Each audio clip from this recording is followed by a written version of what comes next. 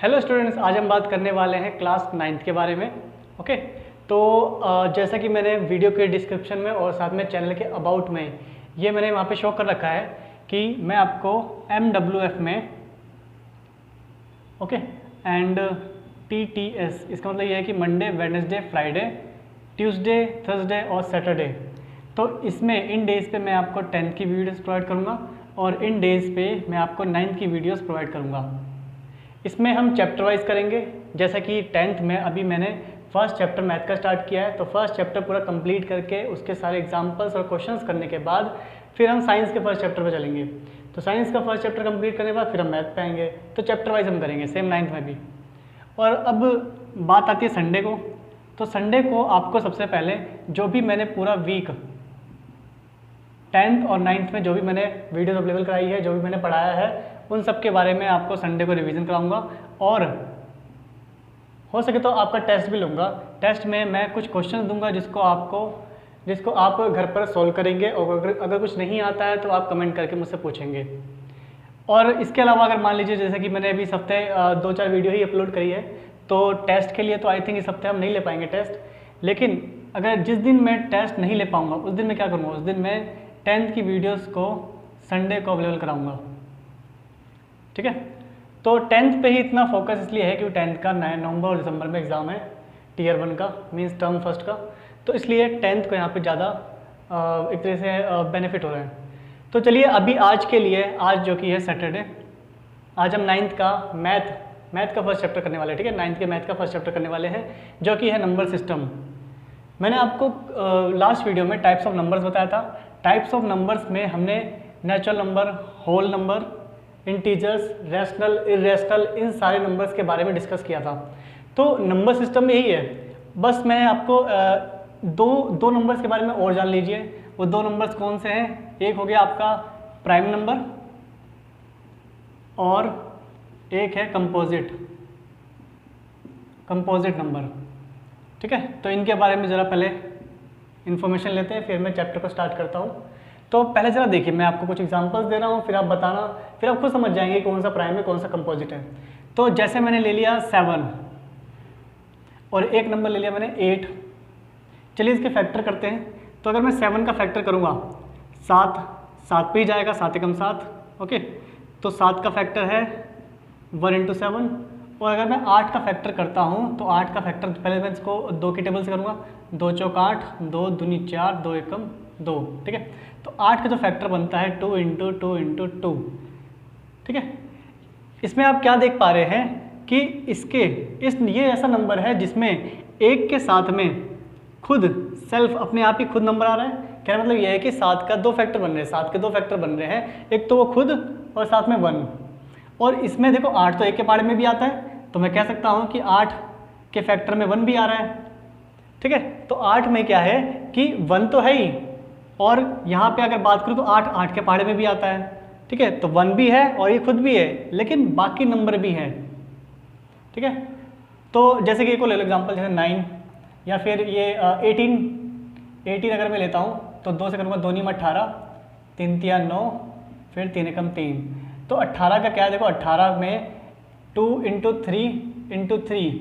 ठीक है, ये इसके फैक्टर है 2 × 3, विजिबल है। ठीक है, तो 2 × 3 × 3 इसके फैक्टर्स हैं, लेकिन इसका 1 भी तो फैक्टर है भाई, ये 1 की टेबल में भी तो आएगा और साथ में ये 18 की टेबल में भी आएगा। तो ऐसे नंबर्स जो खुद के पहाड़े में, एक के पहाड़े में और दूसरे के पहाड़े में आते हैं, उसको कहते हैं कंपोजिट। रिपीट करता हूँ मैं, ऐसे नंबर जो अपने पहाड़े में, एक के पहाड़े में और दूसरे के पहाड़े में आते हैं, उसको कहते हैं कंपोजिट।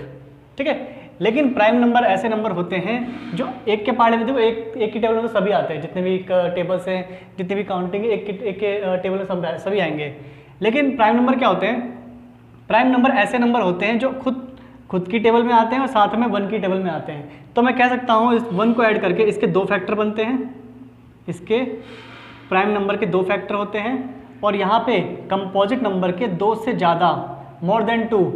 ठीक है, तो 2 से ज़्यादा इसके फैक्टर होते हैं। ठीक है, बस यही इसमें डिफरेंस है मेन। तो more than 2 factors are there. ठीक है, इसको बोलते हैं अभाज्य संख्याएं और इसको बोलते हैं भाज्य संख्याएं। तो प्राइम नंबर क्या होते हैं? प्राइम नंबर वो नंबर्स होते हैं जिसके जो खुद की टेबल में भी आते हैं और 1 की टेबल में भी आते हैं। कहने मतलब ये 1 के 2 फैक्टर हुए। और कंपोजिट क्या होता है? भाज्य संख्या क्या होती है? जो जिनके 2 से ज़्यादा फैक्टर्स होते हैं, मीन्स वो अपने टेबल में भी आएगा, 1 के टेबल में भी आएगा और साथ में दूसरे किसी टेबल में भी आएगा, दूसरे किसी पहाड़ी में भी आता है वो। ठीक है, तो आपको समझ में आ गया होगा। चलिए अब हम तो जो आपका 9th क्लास है, 9th क्लास का हम फर्स्ट चैप्टर मैथ का करने जा रहे हैं जो कि नंबर सिस्टम। ठीक है, तो नंबर सिस्टम में हम पहला एग्जाम्पल ले रहे हैं। पहले एग्जाम्पल में आपके पास 3 पॉइंट्स दे रखे हैं, इन पॉइंट्स को जरा समझते हैं। देखिए एग्जाम्पल 1 में जो भी 3 पॉइंट्स थे मैंने उसको यहाँ पे राइट कर दिया, लिख दिया। ठीक है, चलिए एक एक समझते हैं। अच्छा देखिए, इसको समझने के लिए आपको मेरा वीडियो देखना पड़ेगा, टाइप्स ऑफ नंबर्स, जो मैंने कल की डेट में अपलोड किया है। तो आप प्लेलिस्ट भी चेक कर सकते हैं, रियल नंबर के प्लेलिस्ट में दिया हुआ है क्लास 10th में, और वैसे भी आप चेक कर सकते हैं। ओके, तो फिलहाल मैं इतना कहना चाहता हूँ कि आपको इसको समझने से पहले टाइप्स ऑफ नंबर्स देखने पड़ेंगे, मैंने अपलोड कर रखा है। ओके, तो चलिए देखते हैं। तो every whole number is a natural number. यहाँ पे 2 नंबर्स के बारे में बात कर रखा है, एक है होल नंबर और एक है नेचुरल नंबर। तो जैसा कि मैंने कल वीडियो में बताया था, होल नंबर होते क्या हैं? होल नंबर ऐसे नंबर्स होते हैं जो 0 से स्टार्ट होते हैं, 0 1 2 3। ओके, और नेचुरल नंबर्स क्या होते हैं? नेचुरल नंबर्स वो नंबर्स होते हैं जो 1 से स्टार्ट होते हैं। तो अब आप खुद बता दीजिए, every whole number is a natural number. इसका मतलब क्या हुआ कि जितने भी होल नंबर है, होल नंबर को बोलते हैं पूर्ण संख्या, जितने भी पूर्ण संख्याएं हैं, क्या वो सारी की सारी प्राकृत संख्या है? इसको हम बोलते हैं प्राकृत संख्या है। तो चेक करते हैं, 1 इसमें आ रहा है? आ रहा है, बिल्कुल आ रहा है। मतलब 1 होल भी है और प्राकृत भी है। ठीक है, तो सेकंड इसकी बात करते हैं, सेकंड और मतलब 2 और 3 की बात करें तो 2 और 3 होल नंबर में भी आ रहे हैं और यही होल नंबर नेचुरल नंबर भी हैं। ठीक है, क्या 0? लेकिन 0 देखिए, इसने बोला एवरी होल नंबर, तो 0 को भी देखेंगे, क्या 0 नेचुरल है? नहीं, तो यहीं पे हो जाती है फॉल्स। समझ में आया? तो स्टेटमेंट क्या था? Every whole number is a natural number. इसका मतलब नहीं, 0 को छोड़ के बाकी सब तो सेम है, 0 को छोड़ के बाकी सब तो सेम है, लेकिन 0 जो है एक होल नंबर है पर वो नेचुरल नंबर नहीं है। तो पहला आपका यहाँ पे फॉल्स होता है। सेकंड बात करते हैं, every integer is a rational number. Integer को बोलते हैं हम पूर्णांक हिंदी में, और यह है परिमेय संख्या। Every integer is a rational number. क्या सभी पूर्णांक परिमेय संख्या होती हैं? चेक करते हैं। मान के चलिए इतनी ही परिमेय संख्या है, वैसे तो होती तो बहुत सारी है, 4 5 6, ऐसे तुम कितने भी लिख सकते हो। ठीक है, तो क्या सभी होती हैं? चेक करते हैं। देखो, रैशनल नंबर होता है जिसको हम बट्टे में लिख सकते हैं, फ्रैक्शन में लिख सकते हैं। ठीक है, तो क्या हम इस सबको फ्रैक्शन में लिख सकते हैं? जी हाँ, नीचे 1 लगा दो, क्योंकि सबके नीचे क्या होता है? यहाँ पे 1 होता है। तो ये सभी के सभी फ्रैक्शन में लिखा जा सकता है। तो हाँ, ये जितने भी इंटीजर्स होते हैं सारे रैशनल नंबर होते हैं। ओके, नेक्स्ट बात करते हैं, every rational number is an integer. तो जितने भी रैशनल नंबर है, परिमेय संख्या है, क्या वो इंटीजर होती है? मतलब कि उल्टा पूछ लिया हमसे। तो देखिए, अगर मैं बात करूँ 2, जो कि क्या है? एक रैशनल नंबर है, क्या इंटीजर होता है? जी हाँ, जो इंटीजर में 2 आता है, तो जो रैशनल नंबर 2 है वो इंटीजर है। लेकिन अगर यहीं मैं बात करूँ 3/5, ओके, तो क्या आप इसको यहाँ पे कहीं लिखा हुआ है कि हाँ 3/5 है? दिखाने को हम दिखा सकते हैं, दिखाने की बात अलग होती है, शो करने की बात अलग होती है, पर जो इंटीजर होता है, जो नंबर लाइन पे हम शो करते हैं, क्या वहाँ पर कहीं 3/5 है? नहीं, तो ये हो जाएगा आपका फॉल्स। ये तो आपका ट्रू है, ये फॉल्स है और ये भी फॉल्स है। ओके, आई होप आपको समझ में आ गया होगा। अगर आपने टाइप्स ऑफ नंबर्स की मेरी वीडियो देखी है तो आपको जरूर समझ में आएगा। चलिए, अब हम फर्स्ट एग्जाम्पल कर चुके हैं, इसके सेकंड एग्जाम्पल को देखते हैं। सेकंड एग्जाम्पल में बोला हुआ है, find 5 rational number between 1 and 2। तो 1 and 2 के बीच में 5 रैशनल नंबर्स बताने हैं हमें। ठीक है,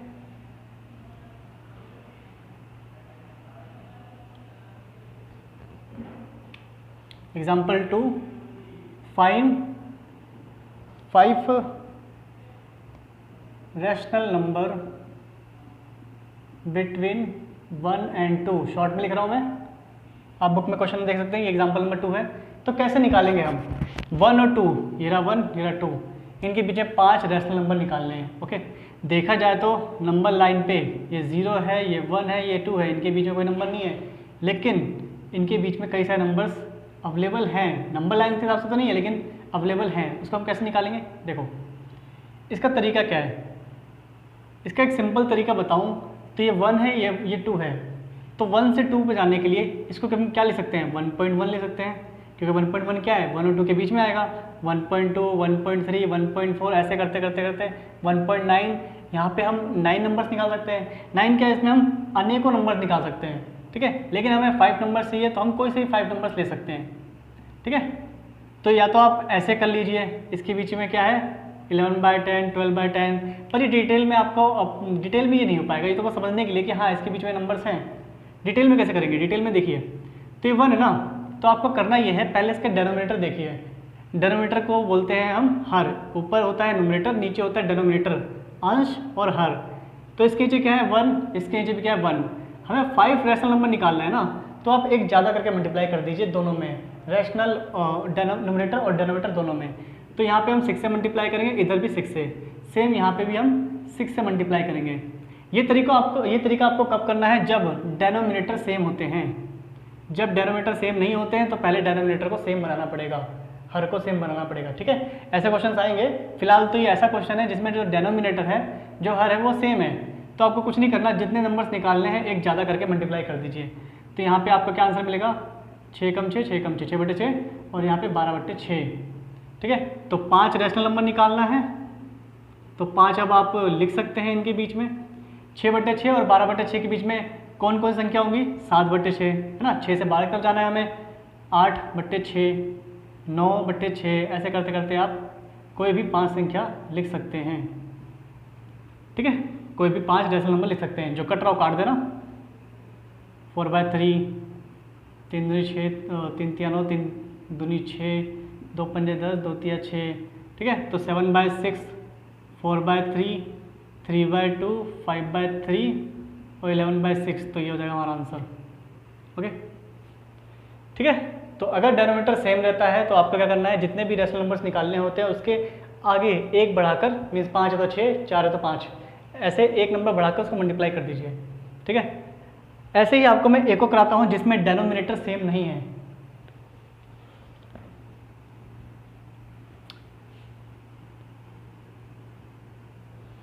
तो आपकी बुक में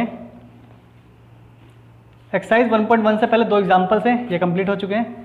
अभी हम आ रहे हैं, ये आपका होमवर्क रहेगा, एक्सरसाइज 1.1 का क्वेश्चन नंबर 2 और 3, ये आप ट्राई करना है। ये आपका एग्जाम्पल जो अभी मैंने कराया है उसी की तरह है, सेम ये भी उसी की तरह ही है, बस इसमें अपॉन में पहले से 5 दे रखा है, तो कोई फ़र्क नहीं है। जैसे यहाँ 1 लिखा हुआ था और एग्जाम्पल 2 में 1 था, वैसे यहाँ पे 5 आ गया क्वेश्चन 3 में। एक बार ट्राई करना, नहीं है तो आप कमेंट में लिख देना कि एक्सरसाइज 1.1 क्वेश्चन नंबर 3 समझ में नहीं आया, है ना, जैसे भी आप लिखना चाहो मेंशन कर देना। तो अभी हम चल रहे हैं आगे। आपको एक नंबर ऐसे देता हूँ मैं, देखिए, जैसे मान लीजिए एक्स्ट्रा दे रहा हूँ मैं, ये बुक में है लेकिन फिलहाल मैं एक्स्ट्रा दे रहा हूँ। जैसे ये लिखा है 2/3 और एक लिखा है 1/2, इनके बीच में 5 रैशनल नंबर निकालना है। अब क्या है कि डेनोमिनेटर तो सेम है ही नहीं, है ना, इनके बीच में हमें 5 रैशनल नंबर निकालना है, डेनोमिनेटर तो है ही नहीं, डेनोमिनेटर सेम नहीं है, तो क्या करेंगे हम, देखो सबसे पहले डेनोमिनेटर सेम करेंगे, तो इसके लिए हमें क्या करना पड़ेगा, ऐसा नंबर लीजिए जो 3 और 2 दोनों से कट जाए, मतलब मीन्स इनका एलसीएम हो। तो एलसीएम कैसे निकालेंगे 3 और 2 का, 2 से करेंगे, 2 एकम 2, ये 2 के पारे में 3 नहीं आता, 3 को छोड़ देंगे, 3 एकम 3, ओके। तो इसका एलसीएम आ गया 6। इसका मतलब वो नंबर क्या है, वो मिनिमम नंबर क्या है जो इन दोनों से डिवाइड हो जाएगा, 6 है, ठीक है। तो अब डेनोमिनेटर को सेम करने के लिए हमें क्या करना पड़ेगा, ऐसा नंबर से मल्टीप्लाई करना है जिससे जो हमारा डेनोमिनेटर है वो 6 बन जाए। तो 3 में क्या मल्टीप्लाई करेंगे, 6 आएगा 2, और यहाँ पे 2 से मल्टीप्लाई करेगा तो ऊपर से भी 2 से मल्टीप्लाई करना पड़ेगा ताकि क्वेश्चन पे फर्क ना पड़े। तो 2 दूनी 4, 3 दूनी 6, ऐसे यहाँ पे 2 को किस करना पड़ेगा, 3 से, 3 एकम 3 और 3 दूनी 6, ठीक है। तो हमारे पास जो फाइनल नंबर आ चुका है ये है 4/6 और इधर आ चुका है 3/6। अब इसमें 5 संख्या निकालनी है, तो अब क्या करोगे, 5 निकालना तो 6 से मल्टीप्लाई कर दो, ठीक है। 6 चौक 24, 6 छक 36, इधर 6 से मल्टीप्लाई करोगे, 6 तिया 18, 6 छक 36। अब इनके बीच में कौन कौन से 5 जाएंगे, 18 से 24 है तो 19/36, 20/36, ऐसे 21/36, ठीक है, 22/36 और 23/36। अब जो कटा उसे काट के आप आंसर लिख सकते हैं। तो आई होप आपको समझ में आ गया होगा कि अगर आप डेनोमिनेटर जिसका सेम नहीं होता उसमें आप क्या करोगे, पहले डिनोमिनेटर सेम बनाओगे। कैसे बनाओगे, उनका एलसीएम ले लो, ठीक है। एलसीएम लेकर किस नंबर से मल्टीप्लाई करें कि उनका एलसीएम हमें मिल जाए। तो सबसे पहले हमें क्या करना है, डिनोमिनेटर को सेम बनाना है। अब यहाँ पे डिनोमिनेटर हमारा सेम हो चुका है। जब डिनोमिनेटर हमारा सेम हो चुका है तो जैसा बताया था मैंने, 5 निकालना है तो 6 से मल्टीप्लाई कर दो, 10 निकालना है तो आप 11 से मल्टीप्लाई कर सकते हो। किसी किसी केस में ना पहले से डिफरेंस होता है, इनके बीच में गैप होता है, तो जरूरी नहीं कि 10 निकालने के लिए 11 से मल्टीप्लाई करें, छोटे नंबर से भी कर सकते हैं। लेकिन आप 10 निकालने के लिए 11 से भी करोगे वो भी सही होगा। अब यहाँ 6 को ना करके आप 10 से कर लो, 20 से कर लो, 5 से कर लो, 5 तो नहीं, 5 में नहीं आ पाएगा, 7, 8, 9 इन सब किसी में कर लो, ठीक है। किसी से ही मल्टीप्लाई करो, दोनों से आंसर सेम आएगा। इसमें कोई ऐसा फर्क नहीं है कि आप 6 से ही करोगे, बस एक आइडियल सिचुएशन है कि हाँ हम ऐसे करते हैं। तो 5 बोला है तो 6 से मल्टीप्लाई कर देते, ठीक है। तो आपको चलिए, तो 1.1 में 4 क्वेश्चन है, जिसमें से 2 क्वेश्चन आपको होमवर्क के लिए मिल गया है, ठीक है। बाकी 2 क्वेश्चंस को करके एंड करते वीडियो। तो एक्सरसाइज 1.1 में क्वेश्चन नंबर 1 क्या बोला हुआ है, इज 0 आर रैशनल नंबर। क्या 0 रैशनल नंबर है, क्या 0 परिमेय संख्या है, तो यस। कैसे, परिमेय संख्या क्या होता है, जिसको हम फ्रैक्शन में दिखाते हैं, भिन्न में दिखाते हैं, बट्टे में, तो क्या 0 का बट्टे में दिखा सकते हो, हाँ भाई दिखा सकते हैं, ठीक है। फिर बोला है कि can you right it in the form of p/q, लिख दिया हमने, ठीक है। p/q मीन्स और कुछ नहीं, बस ऊपर एक नंबर होना चाहिए और नीचे एक नंबर होना चाहिए। मीन्स अंश में, न्यूमरेटर में एक नंबर होना चाहिए, एक इंटीजर, और डिनोमिनेटर में भी एक इंटीजर होना चाहिए, एक नंबर होना चाहिए। फिर बात करते हैं, ठीक है, इसमें बोला हुआ है p और q में q इज़ नॉट 0, तो जी हाँ q हमारा 0 नहीं है। तो यही था हमारा क्वेश्चन नंबर 1। इसमें और कुछ नहीं पूछा, बोला है क्या 0 रैशनल है, हाँ 0 रैशनल है। क्या इसको आप p/q में दिखा सकते हैं, हाँ इसको हम p/q में दिखा सकते हैं। सेकंड क्वेश्चन आपके लिए घर के लिए है, ठीक है, होमवर्क है ये। और जो थर्ड क्वेश्चन है ये भी आप होमवर्क में करेंगे, कमेंट करके बताना होमवर्क कंप्लीट हुआ कि नहीं। अब नेक्स्ट क्वेश्चन नंबर 4, जैसा हमने एग्जाम्पल फर्स्ट किया था वैसे सेम क्वेश्चन नंबर 4 है। चलिए देखते हैं। इसमें बोला हुआ है ट्रू फॉल्स बता रहे हैं, every natural number is a whole number, every natural number is a whole number. Check करते हैं, स्टेटमेंट लिख रहा मैं, बुक में आप देख लोगे, ठीक है। तो क्वेश्चन समझो, क्या सभी नेचुरल नंबर होल नंबर होते हैं। चेक करते हैं, नेचुरल नंबर में क्या आता है, 1 2 3 4 5 ऐसे आता है। और इस वाले सेट में क्या होता है, 0 1 2 3 आगे इतना भी लिख दो, ठीक है। तो क्या ये सारे इसमें इंक्लूड है, जी हाँ, ओके। तो सारे नेचुरल नंबर क्या होते हैं, हमारे होल नंबर होते हैं। हिंदी में बोले तो सारी प्राकृत संख्याएं पूर्ण संख्याएं होती हैं, इसलिए इसका आंसर क्या होगा, ट्रू, ठीक है। नेक्स्ट बात करें, every integer is a whole number, जितने भी इंटीजर्स हैं क्या वो होल नंबर हैं। तो बताइए, क्या जितने भी इंटीजर्स हैं, इंटीजर्स क्या होते हैं जिनको हम नंबर लाइन पे दिखाते हैं, होल नंबर प्लस में negative of natural number. Integers क्या होते हैं, जिसमें होल नंबर्स आते हैं और जिसमें नेगेटिव, इसके नेगेटिव नंबर्स भी आते हैं, जैसे -1 -2 ये सारे, ठीक है। तो इसमें ये बोला हुआ है, क्या सभी इंटीजर्स होल नंबर होते हैं। तो एक बात बताओ, ये रहा होल नंबर, ये रहा इंटीजर, क्या सारे, मुझे ये दिख रहा है कि ये सारे तो मैच हो रहे हैं, ये सारे इंटीजर्स इसमें आ रहे हैं, पर ये सारे तो नहीं आ रहे ना, ये सभी के सभी इंटीजर्स होल नंबर में नहीं आते।